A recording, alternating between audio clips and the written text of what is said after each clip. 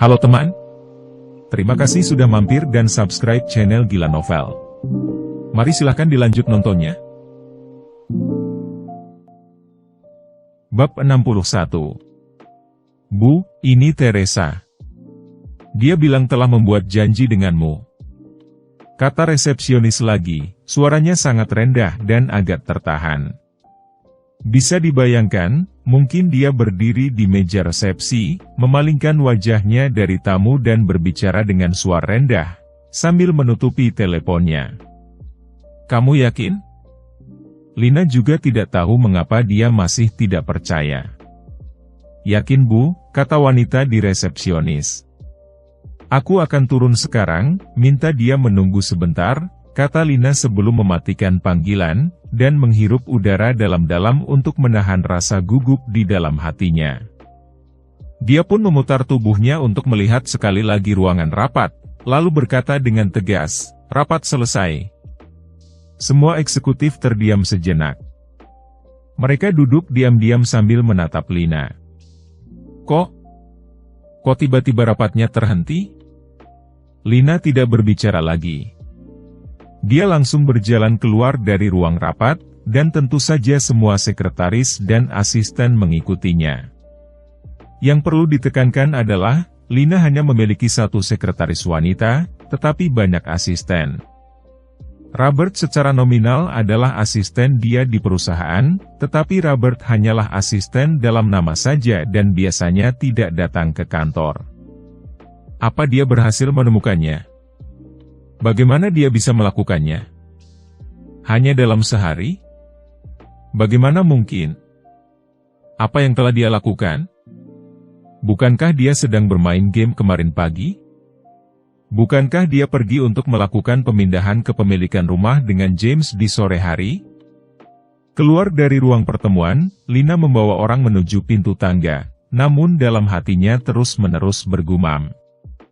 Mengenai peristiwa hari kemarin, di mana James memindahkan kepemilikan rumah di kompleks Vuitton ke Robert, Lina juga mengetahuinya. Tentu saja, James yang menceritakan hal ini kepada dia. Setelah pemindahan kepemilikan rumah selesai, James menelepon Lina. Dan sekarang, Lina akan bertemu dengan Teresa. Teresa memang sangat penting bagi perusahaannya saat ini. Namun saat ini, pikiran Lina malah dipenuhi oleh Robert. Dia ingin langsung menelepon Robert. Akan tetapi, Teresa sedang menunggu di bawah dan perusahaan sangat membutuhkan juru bicara. Sebagai seorang pengusaha, Lina masih bisa membedakan mana yang lebih penting dan yang lebih mendesak. Turun ke lantai bawah. Lina membawa orang turun dari lantai 31. Dari jauh, dia sudah melihat Teresa. Teresa sudah melepas kacamata dan maskernya, dan di sekitarnya berkerumun sekelompok orang muda dari perusahaan. Mereka adalah karyawan yang baru sampai di perusahaan tidak lama ini dan sedang mengerumuninya untuk meminta tanda tangan. Bu Lina telah datang. Cepat kembali, cepat kembali. Ayo jalan.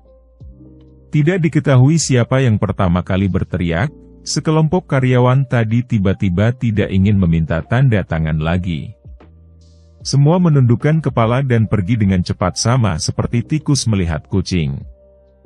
Hanya dalam hitungan detik, area resepsionis menjadi sepi kembali. Teresa menoleh untuk melihat Lina. Lina sudah semakin dekat. Kedua orang itu hampir bersamaan mengangkat tangan mereka. Selamat siang, Nona Teresa. Mohon maaf atas kelalaianku. Beberapa hari terakhir ini aku sangat sibuk sampai lupa memberitahu resepsionis, kata Lina dengan senyuman profesionalnya, sambil berjabat tangan dengan Teresa. Meskipun tidak tahu alasan Robert tidak memberitahu dirinya, Lina bisa memastikan bahwa Teresa adalah orang yang Robert cari. Tidak boleh menunjukkan kelemahan di depan orang lain, jadi Lina harus mencari cara untuk membalik situasi. Bu Lina terlalu sopan. Wah, Bu Lina, kamu sangat cantik. Kulit kamu sangat bagus. Sungguh tidak disangka seorang wanita pekerja keras sebagai presiden perusahaan besar, bekerja keras siang dan malam, dan masih bisa memiliki kulit yang sebaik ini. Aku sangat iri, bagaimana kamu merawatnya ya? Teresa mulai memuji Lina sejak dia membuka mulut. Ini bukan hanya karena perintah Richie kepada dia. Juga karena, dia benar-benar terpesona oleh Lina. Dalam hal penampilan fisik, kedua orang ini sangat cantik. Tetapi Teresa merasa, kulit Lina jauh lebih baik daripada dirinya sendiri. Perbedaan kecil dalam detail dirasakannya sebagai perbedaan yang cukup besar. Meski Teresa tampak luar biasa di film, dia sangat kurus dalam kehidupan nyata. Alasan utamanya adalah karena, kamera membuat orang tampak lebih gemuk. Jadi untuk tampak kurus secara normal di kamera, dia harus lebih kurus dalam kenyataannya. Selain itu, karena sering syuting untuk film berpakaian lama, dia harus sering memakai riasan yang tebal. Bahkan produk kosmetik terbaik pun tidak bisa digunakan secara berlebihan. Ditambah lagi, ia sering begadang karena syuting, jadi kulitnya memang agak kurang baik dibandingkan dengan Lina. Sebenarnya kulitnya masih sangat baik, hanya saja Lina jauh lebih baik. Perbandingan bukanlah ukurannya. Kedua individu ini mewakili jenis yang berbeda, jadi sulit untuk dibandingkan. Yang benar-benar membuat Teresa terpesona sejak pandangan pertama adalah karisma Lina, atau bisa dikatakan auranya. Lina sungguh sangat menakutkan. Lebih menakutkan daripada beberapa nyonya pejabat tua. Alami dan santai, namun tidak terlepas dari kegarangan. Seringkali, sensasi dia menjadi karakter utama tunggal setiap kali dia muncul di tempat kejadian. Ini adalah tempat di mana perbedaan antara kedua orang tersebut paling signifikan. Hahaha, Nona Teresa sangat pandai berbicara, tapi kamu yang lebih cantik. Aku seorang pengusaha, mana mungkin aku bisa dibandingkan dengan seorang bintang besar sepertimu. Jika para penggemarmu mendengarnya, takutnya mereka merasa ada jarak yang harus ditempuh. Wanita itu memang suka membanding-bandingkan. Semakin cantik wanita tersebut, semakin dia suka membandingkan. Dari segi latar belakang keluarga, Teresa pernah mendengar tentang keluarga Angkirawan. Meskipun tidak begitu paham dengan keluarga tersebut, dia telah mendengar beberapa hal tentangnya, dan dia tahu bahwa dia tidak bisa dibandingkan dengannya. Dari segi penampilan fisik, Teresa mengaku dia agak kurang jika dibandingkan dengan Lina. Ini bukan masalah fitur wajah, tetapi terutama karena sekarang kulitnya tidak sebaik saat dia berusia 10 tahun. Dari segi kekuasaan, Teresa telah dihancurkan oleh Lina. Teresa tidak tahu mengapa dia tiba-tiba merasa malu dan tidak layak. Seakan-akan dia merasa, meski dirinya adalah seorang artis, dia hanya memiliki paras cantik yang kosong. Yang menjadi pusat perhatian orang hanya tentang penampilannya. Sementara itu, kesan yang diberikan oleh Lina adalah, bahwa wajah cantiknya hanya seperti hiasan, tetapi itu bukan sesuatu yang utama, yang membuatnya bercahaya. Dengan aura dan karismanya, dia berdiri di sana saja, memberikan kesan bahwa dia adalah sosok yang sangat kuat. Sangat mempesona. Jika saat ini Robert ada di tempat kejadian dan tahu apa yang dipikirkan oleh Teresa, mungkin dia akan memberi nasihat pada Teresa. Jangan membandingkan diri dengan Lina. Tentunya jangan mencoba untuk bersaing dengannya dalam hal karisma. Kekuatan Lina adalah sesuatu yang menyebar dari dalam tulangnya sendiri. Tidak ada wanita seusianya yang bisa menyainginya. Membandingkan diri dengan Lina, sama saja dengan mencari masalah. Sudah pasti juga, bahwa kecantikan saja tidak akan cukup. Setibanya di ruang kantor Presdir. Awalnya Lina mengira Teresa akan membawa asistennya untuk mengikutinya, tetapi tidak. Hanya Teresa yang mengikutinya sendirian. Tidak terlihat seseorang yang menemaninya, yang akan membantunya untuk membahas kontrak yang berhubungan dengan mendapatkan hak cipta, negosiasi uang, dan hal-hal penting terkait lainnya. Alasan terbesar mengapa selebritas memerlukan agen, adalah karena banyak hal yang sulit untuk diutarakan oleh selebritas itu sendiri, yang bisa menyebabkan kesalahpahaman dan menyinggung orang lain. Oleh sebab itu mereka memerlukan manajer. Namun, Teresa datang sendiri. Kali ini dia bahkan tidak membawa manajer dan tidak diketahui alasannya. "Silakan duduk, Nona Teresa." Lina mempersilakan Teresa untuk duduk, lalu meminta sekretarisnya untuk menghidangkan kopi. Setelah sekretarisnya pergi, hanya Lina dan Teresa yang tersisa di kantor. Setelah kembali ke meja bos, Lina duduk dan tersenyum memberi tanda kepada Teresa untuk menunggu sebentar, sementara dia mengambil ponsel dan menelepon. Telepon Robert. "Sayang, Nona Teresa telah tiba, aku hanya ingin memberitahumu," ujar Lina dengan nada yang sangat terdengar seperti gadis muda yang sedang jatuh cinta. Namun, Robert yang mengenal Lina tahu, bukan hanya karena ada orang asing sehingga dia berpura-pura, bahkan ada makna terselubung di dalam pertanyaannya. "Oh." Robert menjawab, "Oh," dengan datar. Bab 62. Lina benar-benar ingin bertanya kepada Robert, mengapa dia tidak memberitahunya terlebih dulu. Karena Robert tidak mengatakan apa-apa, Teresa datang dan tertahan di resepsionis. Mereka hampir tidak mengenalinya. Namun karena ada orang asing di tempat, Lina tidak mungkin benar-benar mengatakan pertanyaan yang ada di pikirannya. Dia tahu Robert pasti mengerti maksud dari telepon yang dia buat, tetapi Robert hanya menjawab dengan singkat dengan sebuah, "Oh. Oh." Menggunakan kata ini secara terpisah, sekitar 10 tahun lalu cukup normal. Tetapi sekarang, jika digunakan seperti ini, bisa dibilang sangat menjengkelkan. Lina mengangguk sekilas, seolah-olah mendengar sesuatu dari Robert dan melanjutkan, "Ya, sayang, aku akan sibuk dulu."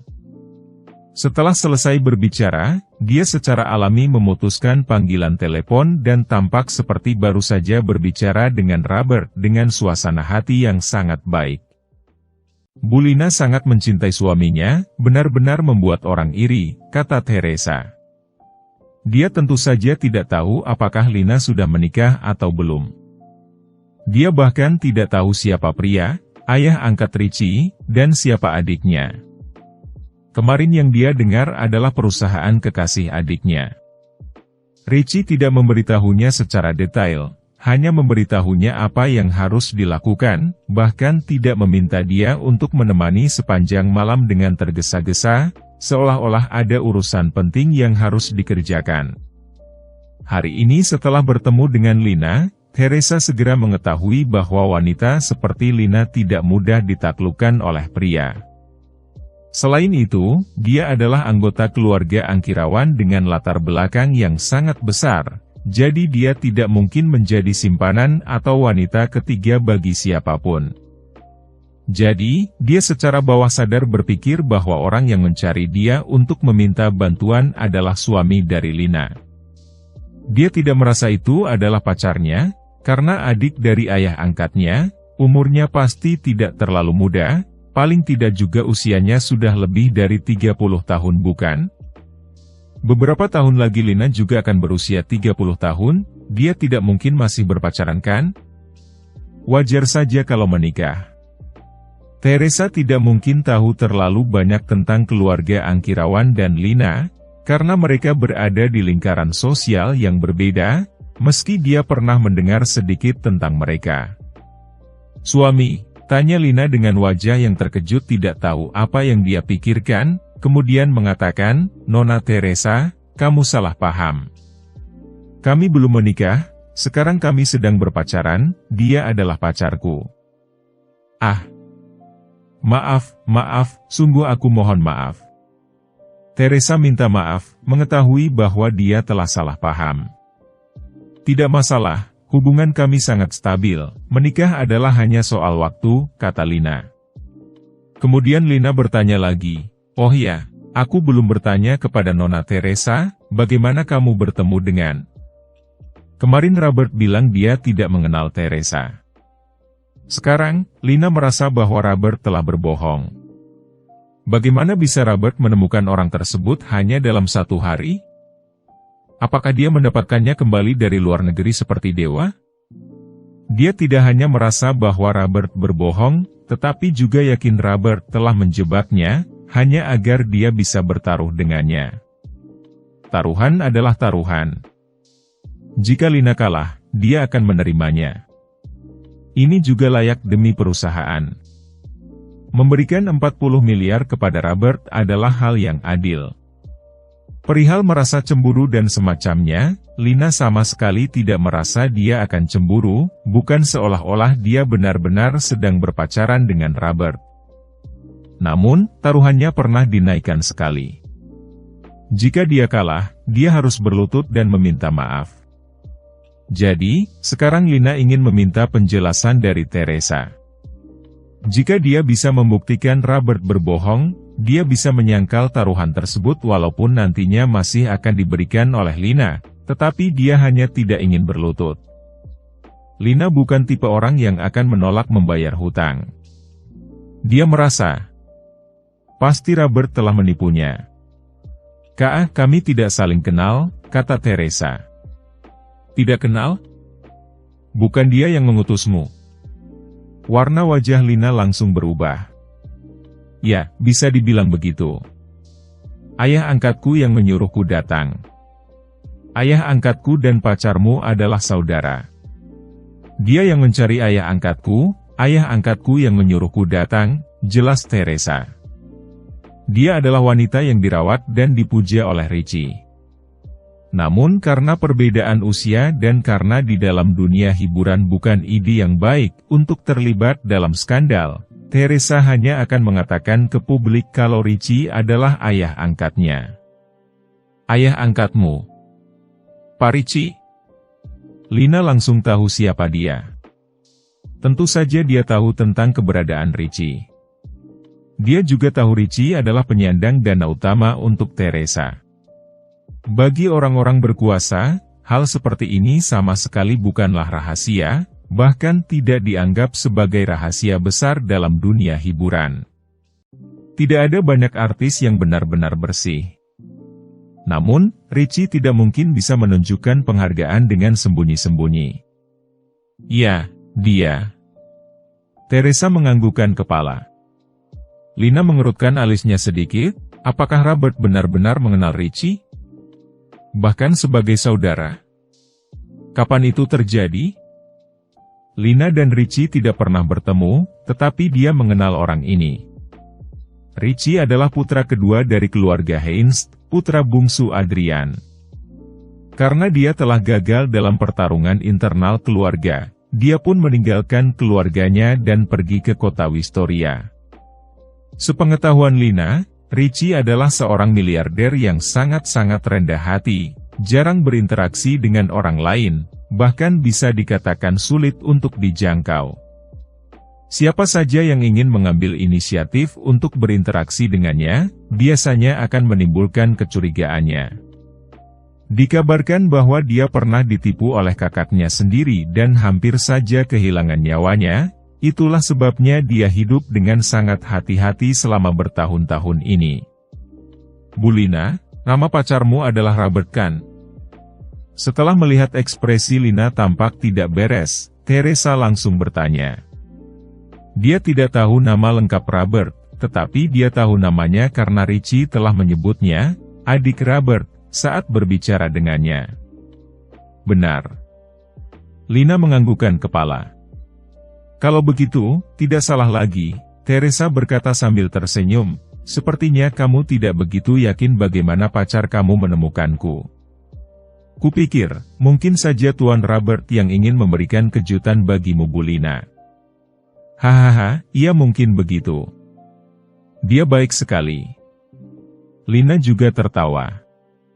Kalimat ini diucapkan seperti ini, tetapi di hati Lina. Kejutan? Ini benar-benar merupakan kejutan, tetapi juga mengandung rasa terkejut. Sekarang Lina sangat ingin bertemu dengan Robert, lalu mencengkeram leher Robert dan bertanya, sebenarnya, apa yang sebenarnya terjadi? Dalam waktu sejam ke depan, Lina tidak berbicara secara bertele-tele lagi. Setelah itu dia pasti akan mencari Robert untuk menanyakan hal yang serius. Lina memberikan pengenalan kepada Teresa tentang situasi perusahaan serta acara peluncuran produk baru dan menanyakan jadwal Teresa. Ia juga mengatakan, jika promosi selanjutnya bertentangan dengan jadwal Teresa, pihak Mirage Fashion bisa menyesuaikan. Namun yang tidak disangka oleh Lina adalah, Teresa menyetujui semuanya. Mirage Fashion tidak perlu menyesuaikan jadwalnya, dia akan sepenuhnya bekerja sama. Bahkan saat Lina membahas masalah biaya dukungan, Teresa tidak membicarakannya. Sebaliknya, ia mengatakan agar Lina memberikan penawaran dan menyebutkan, kita semua adalah teman, harga pertemanan sudah cukup. Jika terlalu banyak, aku tidak bisa menerimanya, ayah angkatku akan memarahiku. Lina sangat terkejut. Robert dan Richie bersaudara? Saudara apa? Yang sering melakukan salam tradisional dengan kepala dan sering bertukar janji? Proses negosiasi dan penandatanganan kontrak berjalan sangat lancar. Belum sampai jam 10 pagi, Teresa telah resmi menandatangani kontrak menjadi duta merek dengan Mirage Fashion. Sebenarnya Lina ingin memberikan bayaran penuh atas jasa penghargaannya, itu adalah kebaikannya meski kebaikan tersebut berasal dari Robert. Tetapi jika dia menggunakannya, itu berarti dia berhutang pada Robert. Akan tetapi, Teresa tidak setuju. Dia tidak menginginkan terlalu banyak, jadi jumlah biaya dukungan akhirnya setara dengan harga bintang wanita top yang tidak sebanding dengan sejauh mana Teresa populer sekarang. Karena harus segera mengejar pesawat kembali ke negara Thailand untuk syuting, Teresa langsung pergi setelah menandatangani kontrak. Lina mengantarkan Teresa turun dari lantai atas. Semua telah ditentukan. Teresa akan kembali dalam seminggu tepat sebelum konferensi pers, dan dia akan menyelesaikan semua materi promosi dan video promosi. Dia juga akan datang ke stasiun Mirage Fashion semasa konferensi pers. Setelah mengantarkan Teresa pergi, Lina dengan tergesa-gesa kembali ke kantornya sebagai CEO. Baru saja duduk, Lina langsung mengambil ponsel dan menelepon nomor Robert. Setelah menunggu lebih dari 10 detik, baru saja Robert menjawab. Kamu di mana? Datang ke perusahaan, kata Lina langsung. Sibuk sekarang, tidak ada waktu. Bagaimana kalau siang nanti, balas Robert dengan ritme napas yang terasa aneh. Di mana kamu? Lina bertanya lagi. Saat itu, Lina samar-samar mendengar suara wanita dari sisi Robert. Tuan, apakah ini nyaman? Lina tiba-tiba berdiri dan bertanya lagi, sebenarnya kamu di mana? Bab 63. Dengan dekorasi mewah dan pencahayaan yang redup di kamar, Robert sedang berbaring dan menelepon di atas ranjang pijat yang luas dan nyaman. Seorang tukang pijat wanita, yang cantik 8 poin setelah berdandan, dan tampak sangat muda, sedang duduk di punggung bawah Robert sambil memijat bahunya. Bentuk tubuhnya sangat unik, tidak seperti bentuk tubuh ramping dan kaki panjang yang sering kita lihat, tetapi garis tubuhnya melengkung, pinggang ramping dan pinggul lebar, memberikan kesan seperti wanita fitness negara asing. Lekukan di setiap bagian tubuhnya sangat sempurna. Sepertinya kamu sangat marah. Robert tersenyum sambil memegang ponselnya karena tukang pijat wanita sedang memijatnya dan napasnya tidak stabil. Apa yang kamu dengar? Kamu cemburu? Robert sengaja menggoda dia. Ini juga untuk melihat reaksi Lina, inilah sebabnya dia tidak meminta tukang pijat wanita untuk berhenti saat menerima telepon. Lina yang berada di kantor segera menjadi tenang. Sebenarnya dia sendiri tidak tahu mengapa tiba-tiba dia menjadi sangat marah. Ketika mendengar suara wanita dari sisi Robert, yang juga berkata, apakah kau nyaman, dia tiba-tiba berdiri tak terkendali.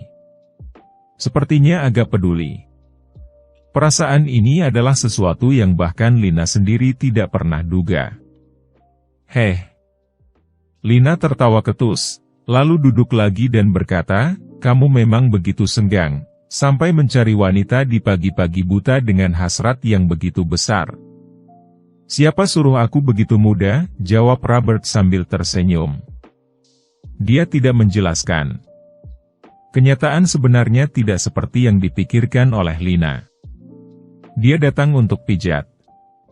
Dia pasti tidak akan memberitahu Lina bahwa dia datang untuk memijat dan bersantai karena semalam sebelum tidur, dia berolahraga selama beberapa jam berturut-turut, hingga dia terbangun hari ini dengan rasa sakit yang luar biasa di seluruh tubuhnya.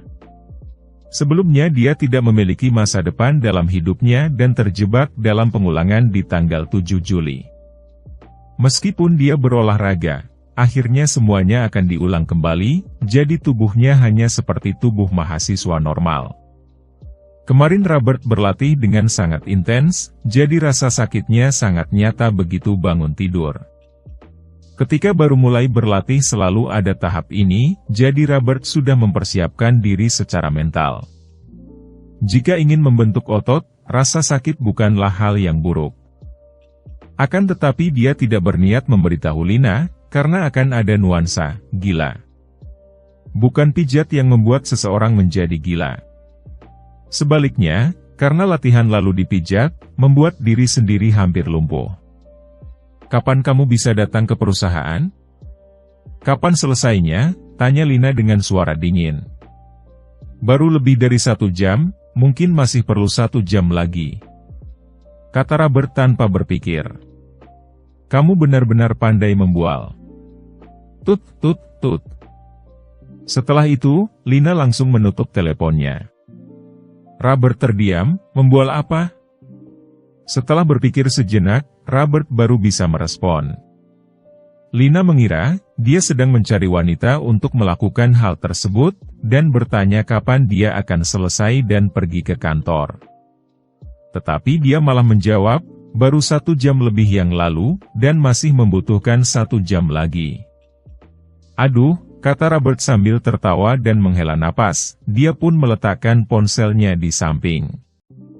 Sebelumnya, ponsel Robert berada di dalam kantong jas, dan jas tersebut berada di dalam lemari. Ketika suara bel ponsel terdengar, tukang pijat wanitalah yang membawakannya, sehingga membutuhkan waktu lebih dari 10 detik untuk menjawabnya.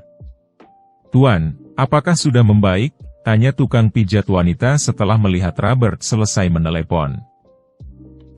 Lebih kuat sedikit lagi, kata Robert. Segera, waktu sudah menunjukkan pukul 11 siang. Pintu kamar tiba-tiba terbuka. James yang memakai jas melangkah maju ke dalam kamar, dan dengan kepala miring dia berkata kepada Robert, ayo berangkat kakak ipar. Waktu makan siang telah tiba. Saat ini, Robert tidak berada di tempat pijat lain, tetapi di klub mahkota milik James. Urusan pijat, tentu saja harus mencari yang profesional. Dan meskipun tempat seperti James bukan tempat yang begitu bersih, tukang pijat wanita di sini juga telah menerima pelatihan yang sangat profesional. Mereka benar-benar ahli dalam hal memijat. Jadi Robert datang dengan mengendarai mobil. Dia memberitahu James lehernya sakit, jadi dia mintanya untuk mencari seseorang yang ahli dan memiliki kekuatan besar. Ini adalah alasan mengapa tukang pijat yang memijat Robert memiliki tubuh fitness ala negara asing. Dia bukanlah wanita tercantik di tempat James, beberapa wajah yang telah dioperasi plastik lebih menarik darinya, tetapi teknik pijatnya sangat bagus. Yang paling penting, dia sangat kuat. Dia memang benar-benar menjaga kebugaran tubuhnya. Ada beberapa bos yang menyukai bentuk tubuh seperti miliknya. Itulah yang terpenting. Aku tidak akan makan, kata Robert sambil mengambil ponselnya untuk melihat waktu, lalu berkata, baiklah, cukup untuk hari ini, aku masih memiliki urusan lain. Mendengar kata-kata Robert, tukang pijat wanita itu bangkit dan memberi jalan, mulai merapikan minyak esensial dan barang-barang lainnya. James melirik tukang pijat wanita itu. Dia memahami para bawahannya, namun dia masih bertanya, "Kakak ipar, apakah pijatannya cukup bagus?"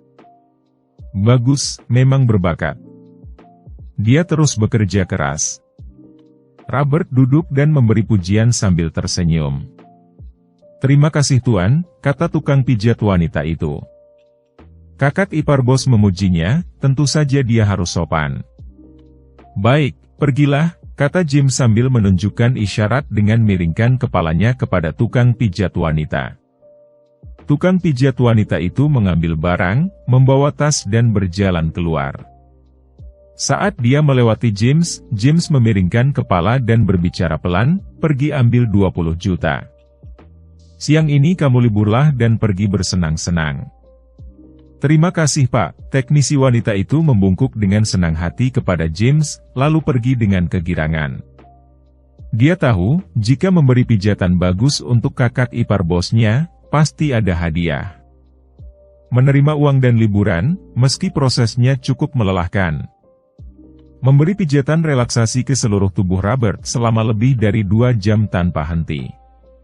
Setelah wanita itu pergi, James menatap Robert sambil kedua tangannya dimasukkan ke dalam kantong, bersandar di sisi pintu dan kembali menanyakan, "Apakah kakak ipar memiliki urusan mendesak?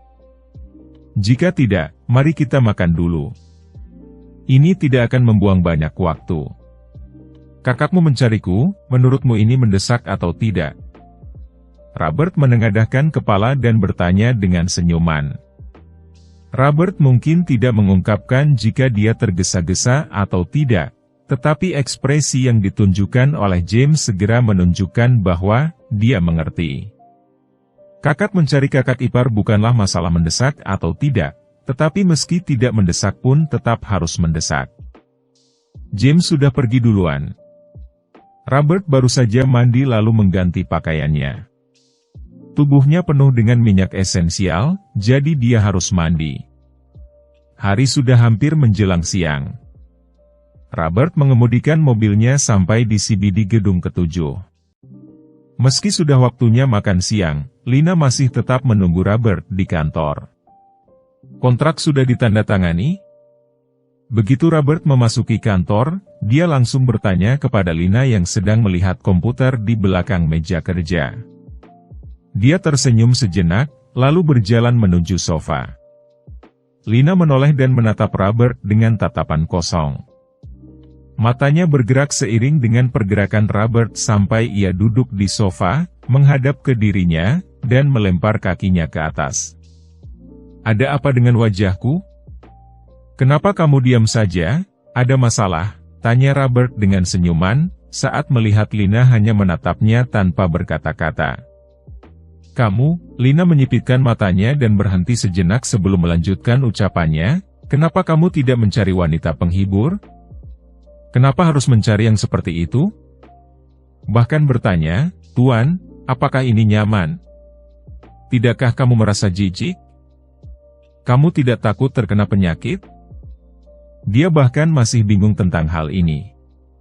Melalui kalimat, 'Apakah Tuan merasa nyaman?' Lina bisa memastikan bahwa wanita itu bukan kekasih dari Robert, melainkan wanita yang biasa berada di tempat seperti itu. Robert langsung tertawa, Lina jenis yang tidak bisa mengendalikan ekspresi wajahnya. "Hah? Kamu terlalu mengekang sih? Benar-benar pecemburu ya?" tanya Robert sambil tertawa. "Aku takut kamu jatuh sakit dan hidupmu menjadi pendek. Kita masih harus melanjutkan bermain drama ini. Jangankan cemburu, aku tidak peduli tentangmu," kata Lina, kemudian menunjukkan ekspresi seolah tidak peduli pada Robert, dan langsung mengubah topik. "Apakah kamu kenal Richie?" "Temanku," jawab Robert dengan satu kata. "Kapan kalian berkenalan?" tanya Lina lagi.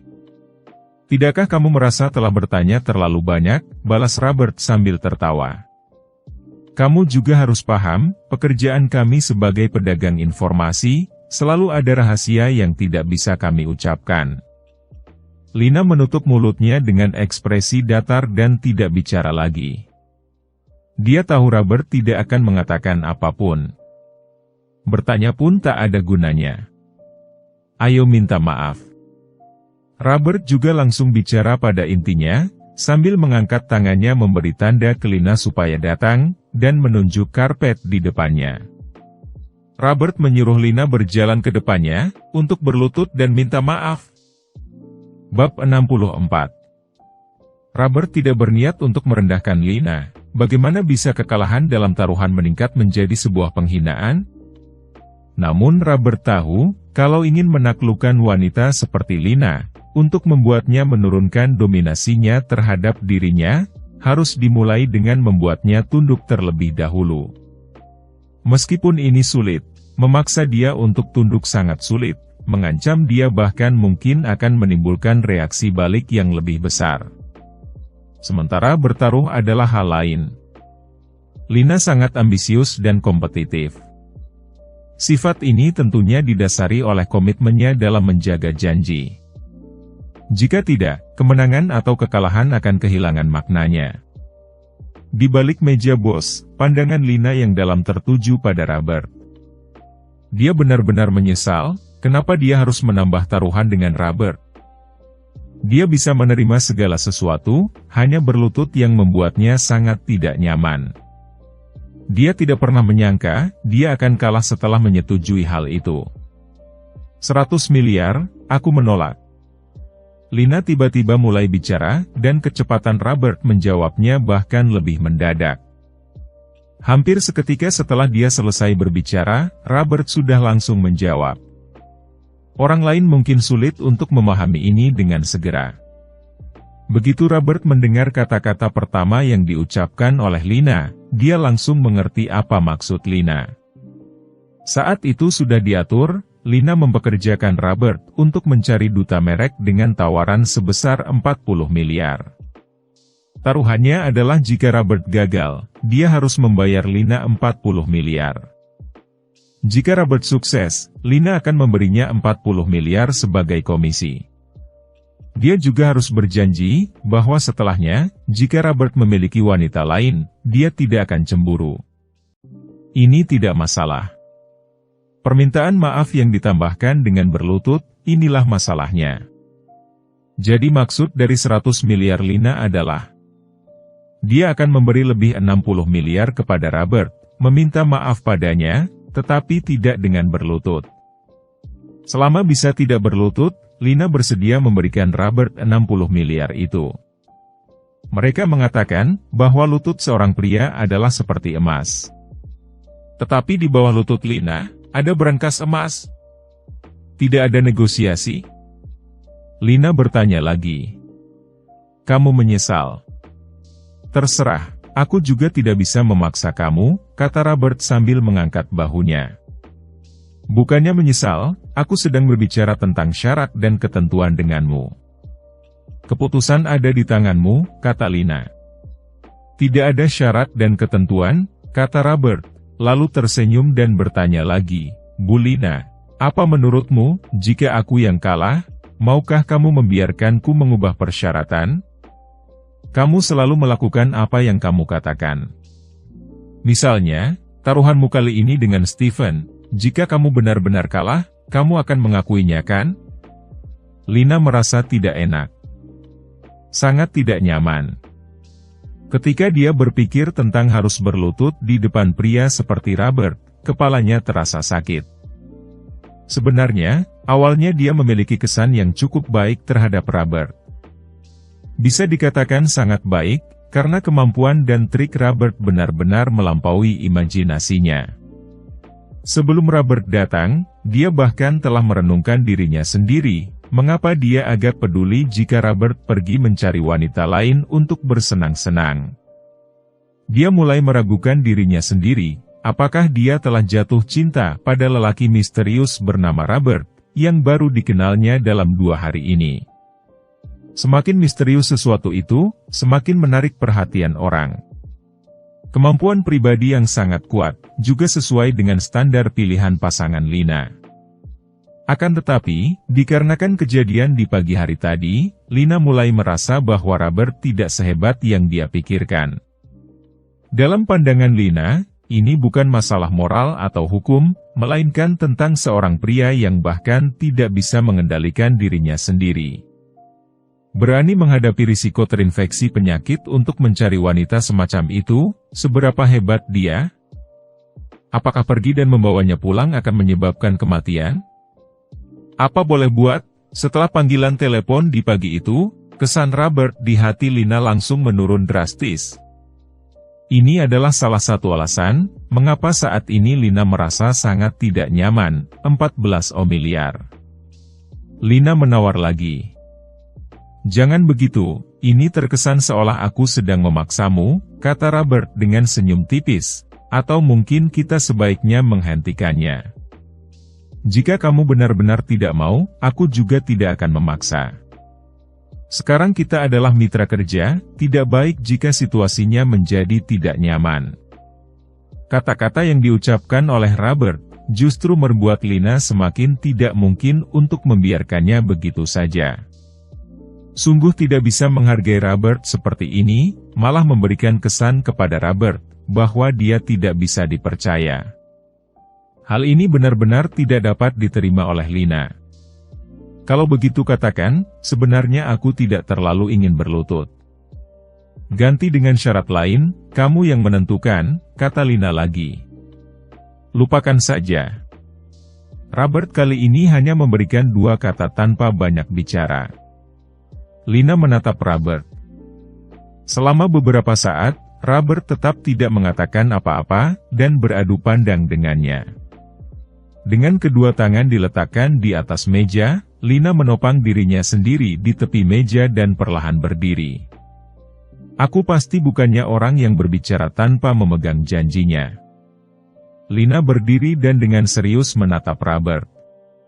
Tentu saja dirinya berbicara dengan bertanggung jawab, tetapi dia juga bisa fleksibel. Hanya saja Robert tidak setuju untuk mengubah syarat, maka dia hanya bisa melaksanakan sesuai dengan perjanjian taruhan. Silakan. Robert mengulurkan tangannya, memberi isyarat pada posisi di depannya dengan gerakan tangan. Lina berjalan keluar dari belakang meja bos dan pergi ke samping meja. Sambil memegang meja ia melepaskan sepatu hak tingginya satu persatu, melemparkannya ke lantai. Dia ingin berlutut dan meminta maaf, tetapi sangat sulit untuk berlutut sambil mengenakan sepatu hak tinggi, jadi dia melepasnya. Dia bergerak agak lamban. Robert mengerti. Bahkan orang-orang yang paling dipercaya sekalipun, menghadapi situasi semacam ini, mungkin harus mengalami perdebatan pikiran yang intens. Setelah melepas sepatu hak tinggi, Lina yang mengenakan stoking yang robek, berencana berjalan ke arah Robert. Kriing. Ponsel yang berada di atas meja belakangnya berdering. Dia menoleh, kemudian berjalan beberapa langkah kembali dan meraihnya. Setelah melirik layar, dia pun menerima panggilan. Kakak, apakah kakak ipar sudah sampai di perusahaanmu? Itu adalah James. Dia ada di sini, ada apa? Butuh sesuatu dari dia, kata Lina. Ada orang yang sedang menyelidiki kakak ipar dan menggunakan banyak koneksi. Aku baru saja mendapatkan berita tersebut, ujar James dengan cepat. Siapa? Kerut kening Lina.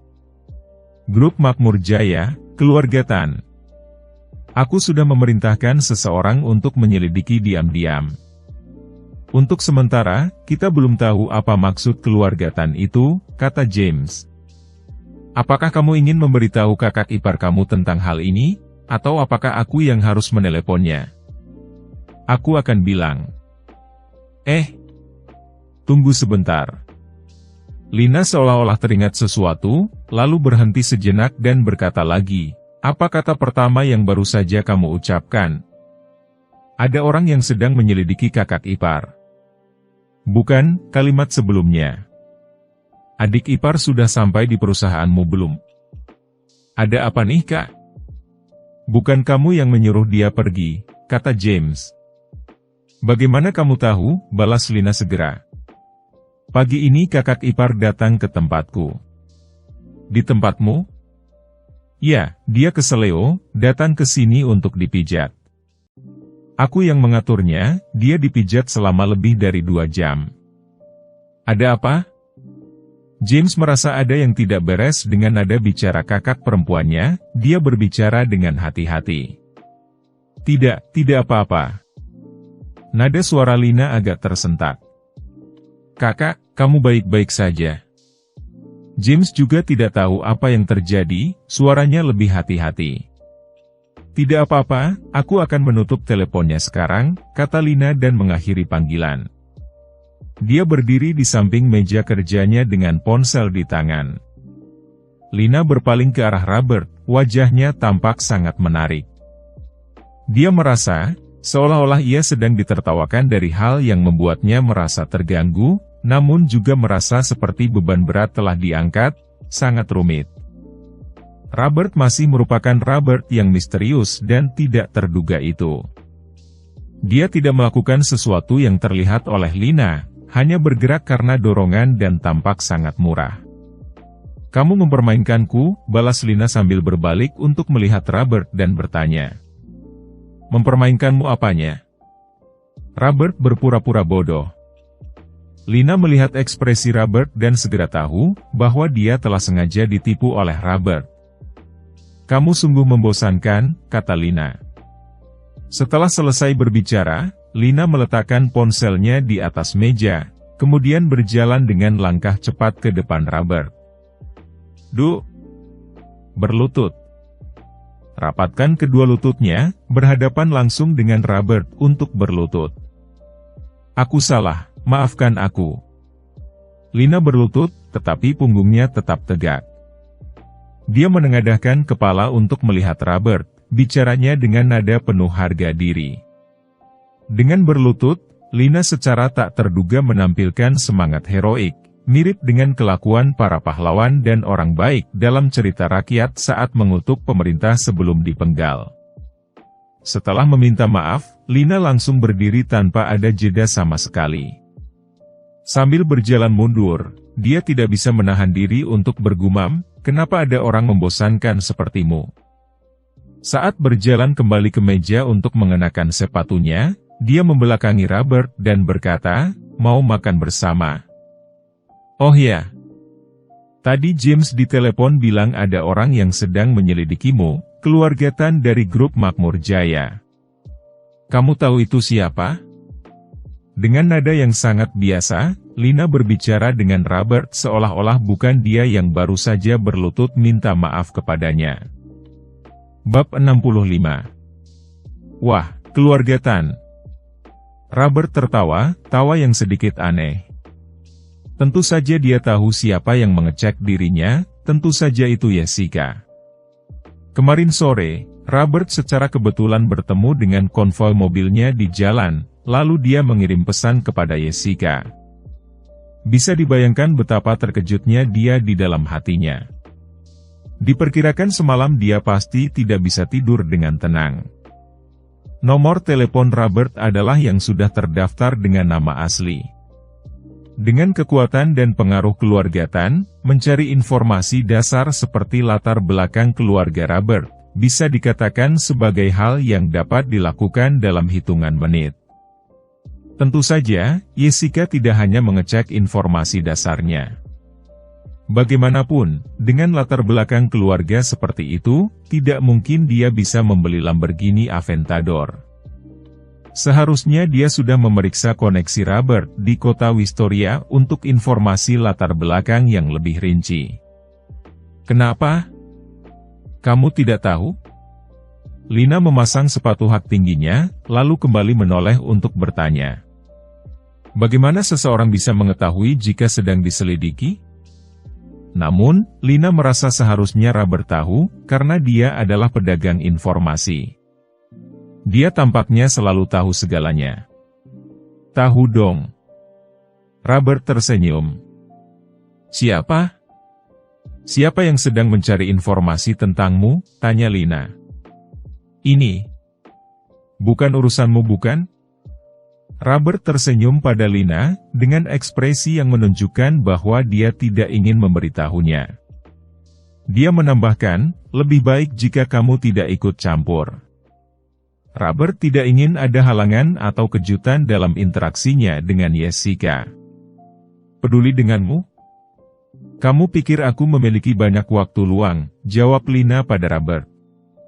Dia pergi lagi ke gantungan baju di sudut dinding, mengambil jaket blazer kecil untuk dikenakan, sekaligus mengatakan, ada restoran Italia baru yang baru dibuka di sebelah Century, mau coba?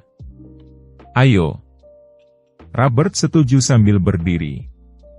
Setelah memakai jaket dengan baik, Lina merapikan dirinya di depan cermin. Melihat Robert berjalan ke belakangnya, dia berbalik dan mengangkat tangannya untuk merapikan kerah Robert. Dia sudah memperhatikan bahwa kerah Robert tidak rapi beberapa saat yang lalu melalui cermin. Sepertinya dia sedang mencari suatu perasaan memiliki seorang pacar.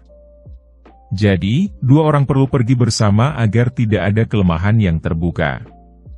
Bagaimana rasanya berlutut di depan seorang pria yang 5 tahun lebih muda, berlatar belakang keluarga biasa, dan tidak seberuntung kamu dari segi kekayaan? Robert tersenyum dan bertanya kepada Lina dengan suara lembut. Meski nada bicaranya tenang, kata-katanya cukup menyakitkan. Apa masih nyaman? Tangan Lina yang sedang mengikat dasi Robert tiba-tiba berhenti, 2 detik, kemudian dia tertawa. Dalam sekejap, tertawa membuat semuanya tampak cerah seperti sinar matahari di musim semi. Kamu sengaja mencoba memancingku? Lina menengadahkan kepalanya sedikit, tersenyum sangat cantik. Lina memang sudah tinggi. Dengan sepatu hak tinggi, dia hanya sedikit lebih pendek dari Robert. Tidak, bukan itu, Robert menyangkal, kemudian tersenyum dan berkata, aku hanya ingin mewawancaraimu. Kamu tahu, dalam pekerjaan kita harus memahami orang dan hati nurani mereka. Jadi aku sangat ingin tahu, sepertinya kamu melupakan segalanya saat kamu berpaling, tetapi apa sebenarnya yang ada dalam hatimu? Robert memang membuatnya jengkel, hanya saja dia tidak mengakuinya. Kelopak mata Lina berkedut, dia tiba-tiba menarik dasi Robert, tubuhnya condong ke depan sejenak, kemudian mengangkat kepalanya hampir menyentuh wajah Robert. Dia tertawa lepas namun tatapannya dalam sambil bertanya, Robert, apakah kau merasa aku tidak bisa berbuat apa-apa padamu? Aku tidak mengatakannya seperti itu. Sambil merasakan napas Lina, Robert tetap tersenyum tenang dan lembut. Kamu tidak jatuh cinta padaku kan? Tanya Lina. Dia merasa dirinya sangat cerdas dan menunjukkan senyum yang penuh kejutan dan cemoohan. Jangan GR. Robert hanya tersenyum ringan. Benarkah? Lina tampak seperti mengetahui segala hal. Kalau begitu, kamu pasti tahu kalau aku tidak ingin membicarakan hal itu, lalu kenapa kamu masih mengambil inisiatif untuk membicarakannya denganku? Apakah kamu ingin aku lebih memperhatikanmu, atau sudah menjadi pacar pura-puramu dan bertemu setiap hari, perlukah aku memberi lebih banyak perhatian kepadamu? Robert memotong kata-kata Lina. Kamu bukan wanita tercantik atau terkaya yang pernah aku kenal, malah setiap hari, kamu menunjukkan wajah masam yang dingin, semua orang tetap menjauh. Bahkan kucing pun menghindari melihatmu. Dari mana kau mendapatkan rasa percaya diri itu? Berpikir aku akan jatuh cinta padamu? Ucapan Robert benar-benar tidak enak untuk didengar. Robert tidak akan pernah memberitahu Lina, bahwa dia benar-benar telah berlatih dalam hal berdebat dan membantah orang lain. Ini adalah bagian dari keterampilan berbicara. Dan menurut Robert, keterampilan berbicara seseorang sangat penting. Dalam berkomunikasi dengan orang lain, kemampuan berbicara benar-benar sangat penting. Mengatakan hal-hal yang baik akan membuat orang merasa nyaman dan bahagia. Mengatakan hal yang tidak menyenangkan, akan memancing kegelisahan satu sama lain, mengubah suasana hati satu sama lain, juga bisa membangkitkan sifat pemberontakan pada mereka. Lina benar-benar merasa marah. Maksudmu, kamu punya banyak wanita? Semuanya adalah wanita dengan kecantikan luar biasa, bukan? Lina ingin membalas Robert. Meskipun beberapa hari terakhir ini Robert sangat membantunya, sekarang dia merasa tidak nyaman dan ingin menekan Robert. Dia melihat peristiwa besar dan urusan pribadi secara terpisah. Dalam hal besar dan gambaran umum, dia tentu harus berada di garis depan yang sama dengan Robert. James memberi Robert rumah senilai 200 miliar dan dia merasa seharusnya diberikan, tidak ada yang salah. Semuanya adalah hak Robert. Akan tetapi dia merasa, saat ini dia memiliki perselisihan pribadi dengan Robert yang harus diselesaikan. Lina sama sekali tidak menyadari dirinya yang selalu tenang dan tanpa emosi. Sekarang justru mengalami perubahan emosi yang besar hanya karena beberapa kalimat provokatif dari Robert. Wanita. Ada cukup banyak yang pernah tidur denganku sebelumnya. Saat ini. Cukup baik juga. Kata Robert sambil tersenyum tipis. Semuanya lebih cantik dariku, tanya Lina lagi. Tentu saja ada yang lebih cantik darimu. Robert tetap tersenyum. Siapa? Berikan contoh. Biar aku periksa, apakah mereka lebih cantik dariku, atau lebih kaya dariku. Ucapan Lina ini sangat tegas. Sebelumnya dia sengaja memutarbalikkan maksud dari Robert. Robert mengatakan, wanita yang dikenalnya, tetapi dia langsung memutarbalikannya menjadi wanita milik Robert. Robert terlalu malas untuk mengoreksinya karena sudah berkembang tanpa disadarinya, bahwa Lina akan marah dan beradu mulut dengannya. Tidak perlu dikoreksi, lebih baik mengikuti alirannya, lihat apa lagi yang akan dia katakan. Jadi sekarang, Lina benar-benar telah membuat Robert tidak bisa menjawab. Setelah memulai kehidupan baru, Robert hanya tidur dengan Selina. Selina dan Lina adalah tipe wanita yang berbeda. Dalam hal penampilan, dia tidak melebihi Lina. Kamu mencoba mencari tahu keburukanku, aku tidak akan tertipu. Robert terkekeh. Sudah tidak bisa bicara lagi ya? Lina tertawa, kemudian sengaja menjegal Robert. Dari nada bicaramu yang begitu luar biasa, aku sempat berpikir kamu sangat hebat dan hampir berpikir bahkan Jessica adalah wanitamu. Juga mengira mereka semua lebih cantik daripadaku. Kamu tidak takut akibat dari membual? Baru saja, Lina menyebut Jessica. Ini membuat Robert sedikit terkejut. Dalam alam bawah sadarnya, dia berpikir, apakah Lina tahu sesuatu dan menemukan sesuatu? Tetapi dia segera menepis pikiran tersebut. Itu tidak mungkin. Jadi, mengapa dia tiba-tiba menyebutkan tentang Jessica? Robert berpikir sejenak dan segera mengerti. Mungkin disebabkan oleh, dua orang sebelumnya tadi telah menyebutkan keluarga Tan dari grup Makmur Jaya. Karena telah disebutkan, jadi lebih mudah untuk berpikir terlebih dahulu secara bawah sadar.